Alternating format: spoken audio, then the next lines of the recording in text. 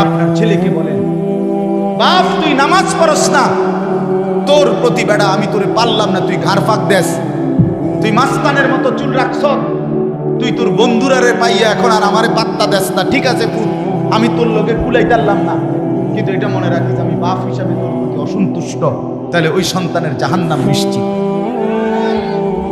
বলে দেন।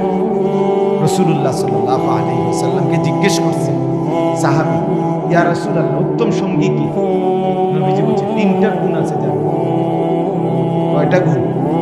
মান যাক্কারাকুম বিল্লাহি রুইয়াতু, যাকে দেখলে আল্লাহর কথা মনে হয়।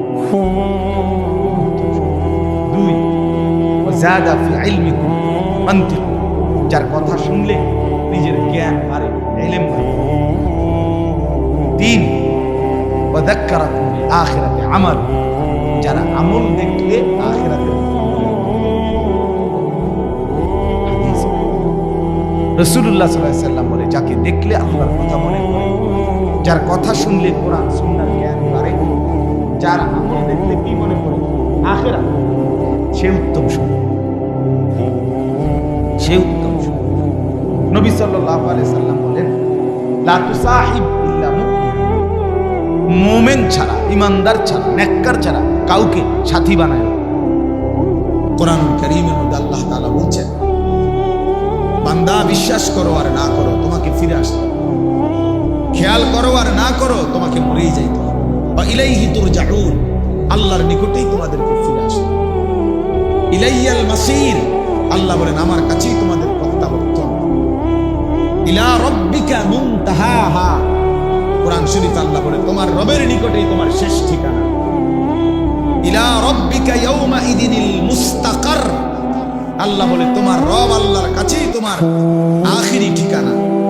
একদিন তোমাকে রবের সামনে দাঁড়াইতেই হবে, দাঁড়াইতেই হবে। হাসো কিংবা কাঁদো, ফুর্তি করো আর চোখের পানি ফেলো, সারা রাত মদ নারী ছবি উলঙ্গ দৃশ্য দেখো, আর তাহাজ্জুদ সিজদা তেলাওয়াত আল্লাহর কোরআন পড়ো, যেটাই করো তাই তো। ভালোটা নিয়েও আল্লাহর সামনে দাঁড়াইতে হবে, মন্দ নিয়েও আল্লাহর সামনে দাঁড়াইতে।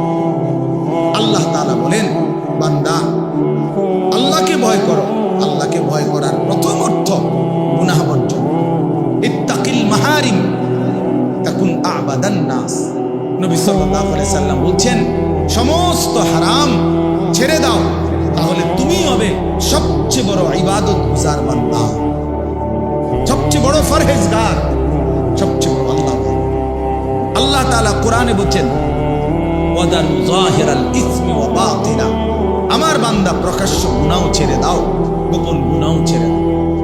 আল্লাহ বলছে ওয়ালা তাকরাবুল ফাওয়াহিশা মা যাহারা মিনহা ওয়া মা বাতান, আল্লাহ বলছে বান্দা অশ্লীলতা, বেহায়াপনা, অসভ্যতা, নোংরামি, নারীকে কেন্দ্র করে যাবতীয় অশ্লীলতা, বেহায়াপনা, এই নাচ গান, নারী ছবি, জিনা, ব্যভিচার, অবৈধ কামনা বাসনা, আল্লাহ তাআলা বলেন এর প্রকাশ্য কাছে যেও না, গোপনেও কাছে যেও।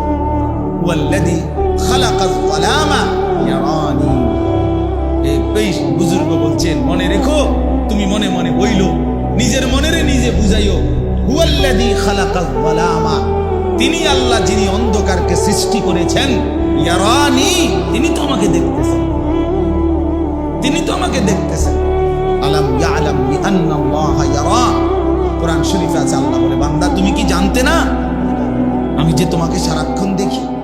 হাসরের ময়দানে জিজ্ঞেস করো, এই বান্দা তুমি জানতা না আমি যে রাত 2টাতেও দেখি, আমি যে একাকী রুমেও আমি আল্লাহ দেখি।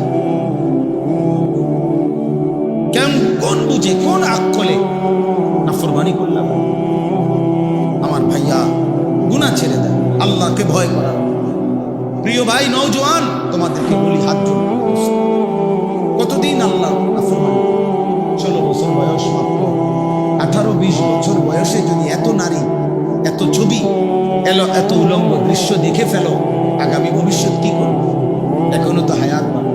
যদি আল্লাহ তোমারে 60 বছর হায়াত দেয়, ধরে নিলাম, অনিশ্চিত, আমরা জানি না কে কতক্ষণ হায়াত, ধরেন যদি দেয়, তো তুমি তো 20 বছরের ভিতরেই পৃথিবীর সব উলঙ্গ নারী ছবি, অসভ্যতা, নোংরামি সব দেখেই ফেললাম।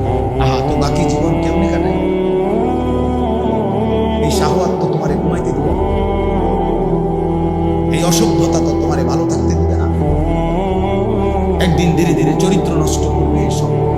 যৌবন নষ্ট করবে, শরীরের সক্ষমতা নষ্ট করবে, টাকা পয়সা নষ্ট করবে, সব নষ্ট করবে। পথের ফকির নিঃস্ব অসহায় বানায়া জাহান্নামে বানায়া একদিন কবরে ফেরেশতা একটা লাথি দিয়া জাহান্নামের আযাব শুরু করে। এটাই নিশ্চিত, এটাই নিশ্চিত, এটাই নিশ্চিত। অসংখ্য অগণিত। প্রিয় ভাই, তোমরা জানো না, তোমার কাছে কেউ বলবে না, আমাদের কাছে বলে।